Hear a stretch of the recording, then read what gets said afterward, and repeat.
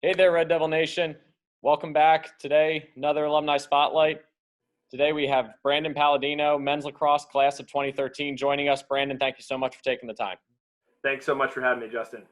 So before we dive into your time here at Dickinson, just give us a little backstory, where you grew up and how you got into the sport of lacrosse. Yeah, so I grew up in northwest New Jersey, Basking Ridge, and really how I got into lacrosse, I was playing baseball up until the 7th grade. My dad is from Long Island, so he had played lacrosse and football his entire life. And I just kind of got bored of baseball, wanted something a little bit more active. And so I picked up a lacrosse stick, started out as, a standard short stick midfielder, ended up picking up a long stick in ninth grade. So kind of moved from offense to defense, and now Dickinson was a little bit of a hybrid of both. How did you hear about Dickinson during your high school time? How did you meet Coach Webster, and what eventually brought you to the campus? Yeah, so there was a bunch of alumni from my high school, Ridge High School, that had gone to Dickinson, along with a lot of the other Centennial schools. Really what I wanted to focus on was going to a strong academic institution that wasn't too far from home. But how I learned about Coach Webster, as well as Coach Dawson, who was previously a coach here. Now he coaches at Haverford School down in the Philly area, was we were at a camp up at Fairfield University, and I was playing in the All-Star game there, and got a chance to speak to Coach Dawson, who played at kind of perennial power Salisbury. He told me about kind of what he envisioned me doing at Dickinson on the field. He thought that I would be able to, compete for a starting spot right away, which is, of course, always something you're looking to hear. And that combined with, the really strong academic reputation.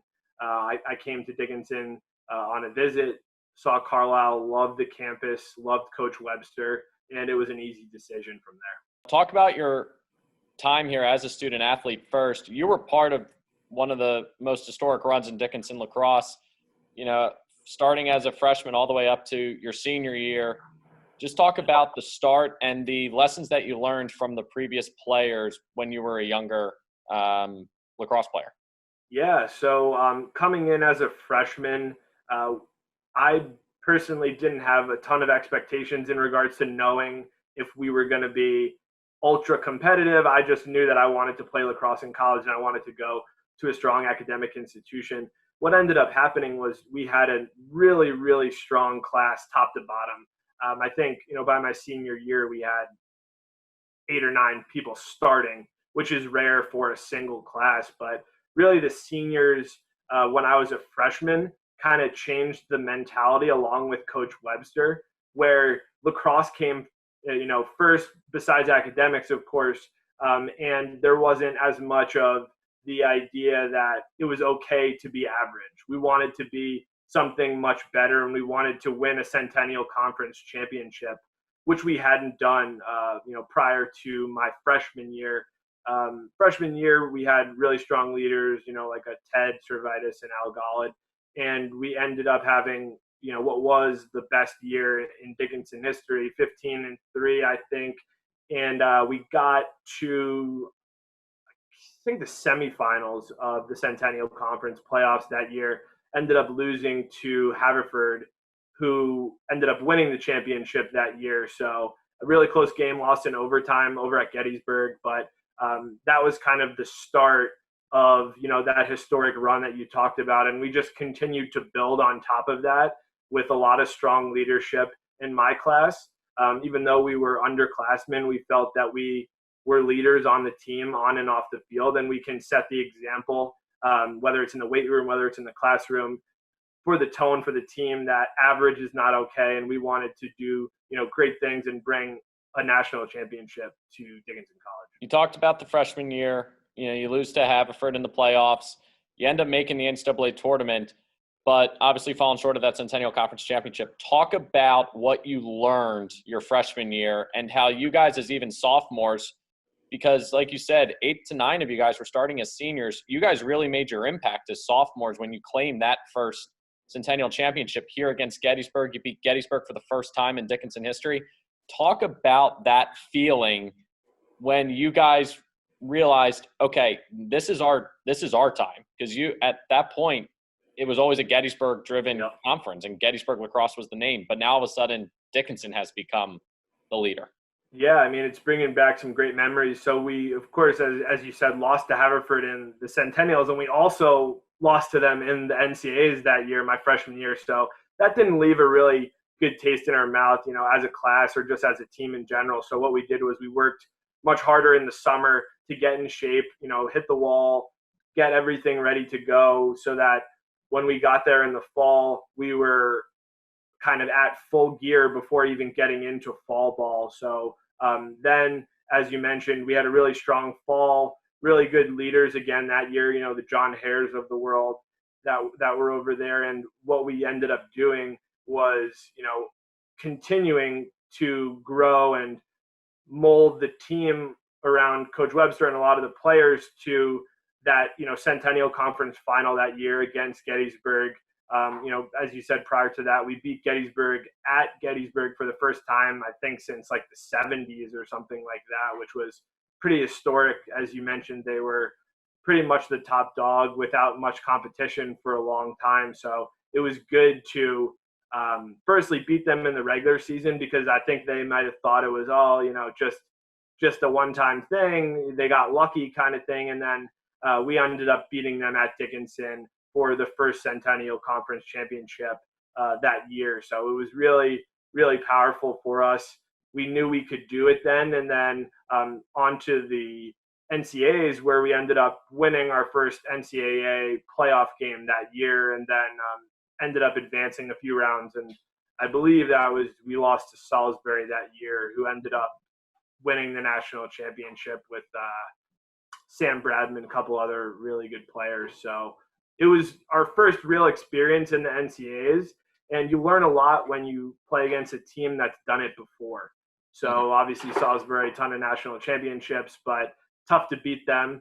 But it was really, helpful for us and our progression as a team and, as individuals going into becoming an upperclassman that junior year. In the following year, you guys repeat as champions. You're continuing to build this dynasty now, is what it's becoming. And then comes, our senior year, and it's the chance to three-peat, and it's the chance to continue this dominance that you guys have shown over the last 2 years. Talk about that mentality that you guys as a senior class brought to not only repeat as champions, but to go on this undefeated run and to make it to number 2 nationally ranked in the country. And, unfortunately, it didn't end the best way, falling in the Elite Eight, but to advance to the Elite Eight and know we are, we have just broken through a whole new level here at Dickinson. Basically, us as a senior class that year, all we were thinking about was leaving a huge impact on the entire Dickinson Lacrosse family. And what we wanted to do is not just win the Centennial Conference. We had done that a few times, and it's great. And it's not to say that that's not something that we were looking to do, but we wanted the national championship. We wanted to, make that historic run.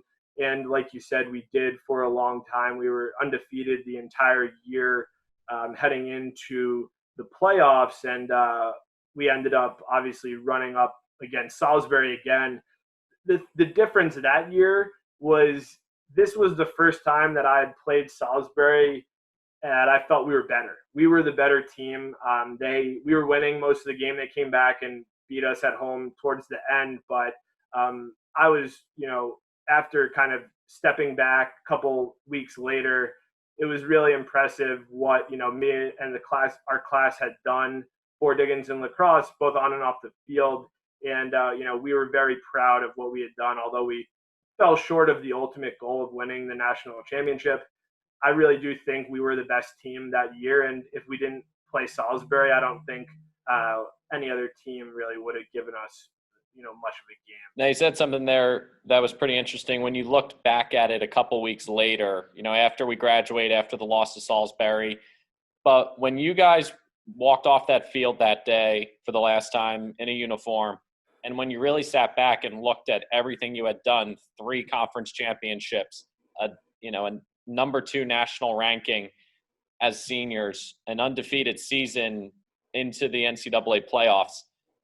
What did you guys take away as a class, and maybe even you personally, realizing what you just accomplished as individuals and as a program? Just that we did something really special, and it's something that, when you're doing it, it feels like it's easy because you're on that roll. But when you look back on it, we put in a lot of time and effort, and we were able to reap the rewards, and that doesn't always happen. So it's really special to win 3 in a row Centennial Conference championships and make the NCAA tournament every year that we were at school. So we wanted to leave a lasting impact, and I think we did. And we wanted to leave the program better than we kind of started. And I think it was the mentality that changed that, like you said, Dickinson became that feared team at the top of the Centennial Conference, whereas, for a long time they were looked upon as maybe an easy win on the schedule. So it's great as a class we were able to kind of shift the paradigm, if you will, and really, with Coach Webster's help, change ourselves into the top of the Centennial Conference. You brought up Coach Webster. Talk about your relationship with him as a player, as a young man here, building towards your eventual career beyond Dickinson. What lessons did he instill in you that you think have really been valuable as you've progressed? I'd say besides my father, Coach Webster is, one of the best men I've ever known. And, it goes far beyond lacrosse. He cares about people on and off the field, maybe off the field even more, is really, really strong with the networking community that he does for Dickinson. And he taught us a lot more than just lacrosse lessons. He taught us life lessons, how to become a man, how to be accountable, how to work as a team for that one, elusive goal, coming together even through tough times to make sure that you really are a team that is very, very revered, but also at the same time respected because of the way you play the game and how you handle yourself on and off the field. Talked about that networking aspect with Coach Webster. Talk about how that networking, and especially that lacrosse alumni network that he has worked so hard to build, that you are now part of.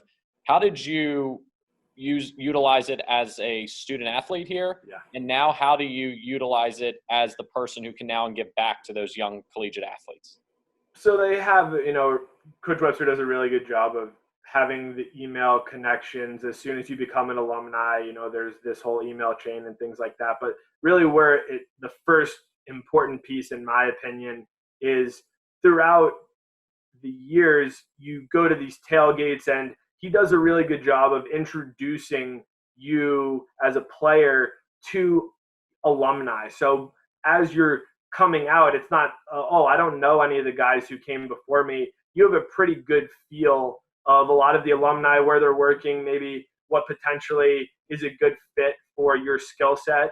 And especially, obviously, I'm sure it helped that we were doing really well. So alumni are looking to help out people that they think, are bringing the glory days back to Dickinson. And I think that definitely helped a lot of my class and people beyond that. But it's a really large network. And then the senior year, what we did was we always do a trip to New York City. We take the train out of Harrisburg, and we go to a few of alumni's places of work. And then we end up meeting with a bunch of them afterwards to connect and really understand what they're doing, how Dickinson helped them get to where they are, and maybe how alumni can help each other, whether it's an internship, whether it's getting just even an interview itself.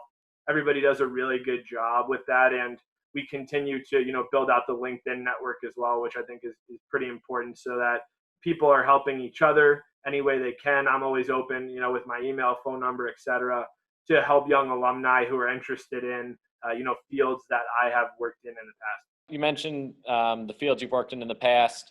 You finished Dickinson. Tell us a little bit about what you did right after you graduated and how you've built into the current profession that you're in. Yeah, so a bit of a unique, circumstance for me, where after I graduated, I ended up getting drafted to play professional lacrosse. So I was playing in the MLL for 3 or 4 years after college. So I was doing a lot of that. And then, when the season wasn't happening, I was doing a lot of lacrosse related activity, whether it was training, coaching, trying to stay in shape, but also stay involved within lacrosse itself. Once I kind of stopped playing lacrosse professionally, I ended up moving back to the New York City area, and I started a role in tech sales at a company called PitchBook Data. Basically, they sell private capital market data, whether it's venture capital, investment banking, private equity, and then shifted into my current company and role at Deal Cloud, which is same type of market. It's basically a cloud-based deal and relationship management platform for those bankers, private equity, and venture capital professionals to track their relationships and conversations. How did the lessons you learned at Dickinson and the liberal arts education you received and maybe your major help you in your career and current profession? And how did it help you, understand and be able to work in such different fields? Yeah, it's pretty interesting. When people are selling you the liberal arts education, they're like, you're going to be well-rounded. And when you're a young kid, you say, well, what does that mean? Or are they just kind of saying that?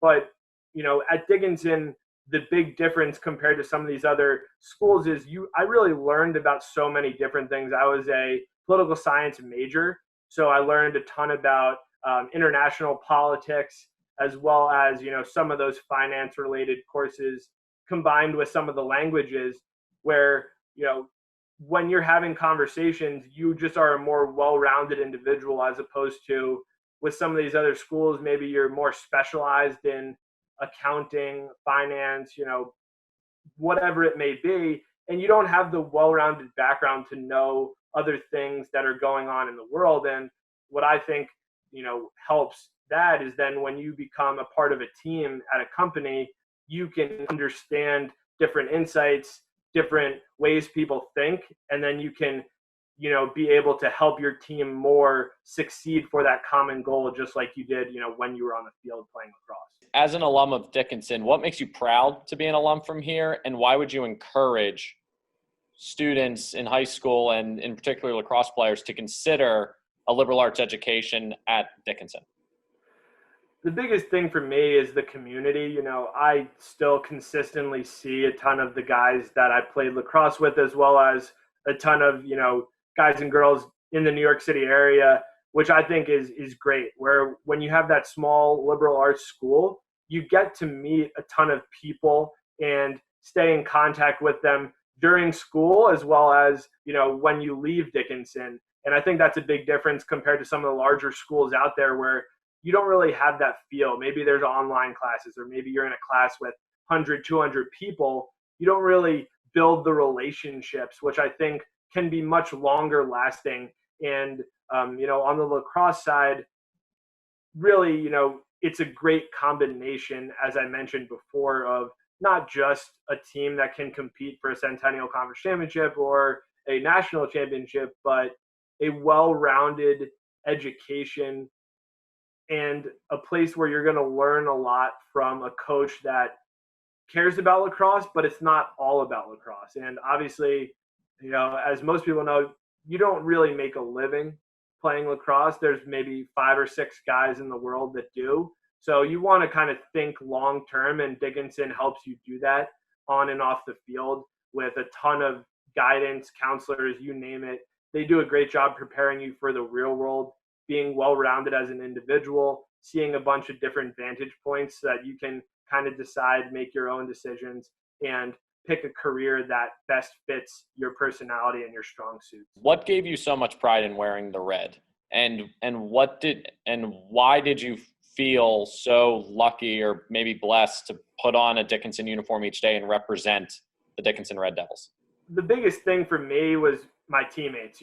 I wanted to go to bat with my teammates. We built such strong bonds as a team where we were like brothers. A bunch of the guys were, in my wedding last December, they were my groomsmen. I see them all the time. And when you have that type of next level connection, both on and off the field, in my opinion, that's going to result in you wanting to fight and scrap for everything for somebody else and for the greater team in general. When there's people that maybe aren't all bought in, it's a lot easier to say, oh, I'll let him do it. But when the next man's up and you can pick up your brother and get a win together, there's really no better feeling after a game, taking the jersey off, celebrating with your team, and being able to say, hey, we just put on the jersey, won the game, and now we can go, hang out and be as close as we've ever been together now and into the future as soon as we leave school. When we can finally play sports again, hopefully this spring. Yes. And Coach Webster and the lacrosse program take the field. What is your prediction for them?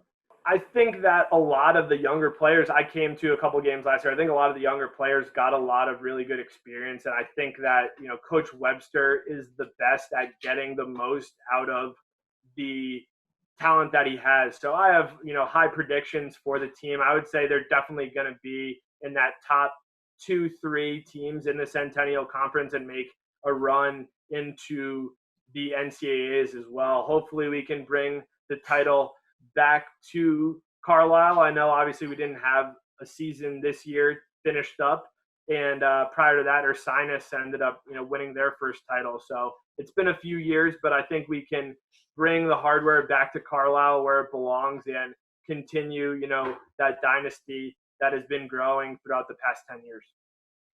Well, Brandon, thank you so much for taking the time for joining us today and sharing your insight and story of Dickinson College and your experience here. Thank you so much for having me, Justin. Go Red Devils. Go Red Devils. We'll talk to you soon. Thanks so much. Have a good one. You too. Bye.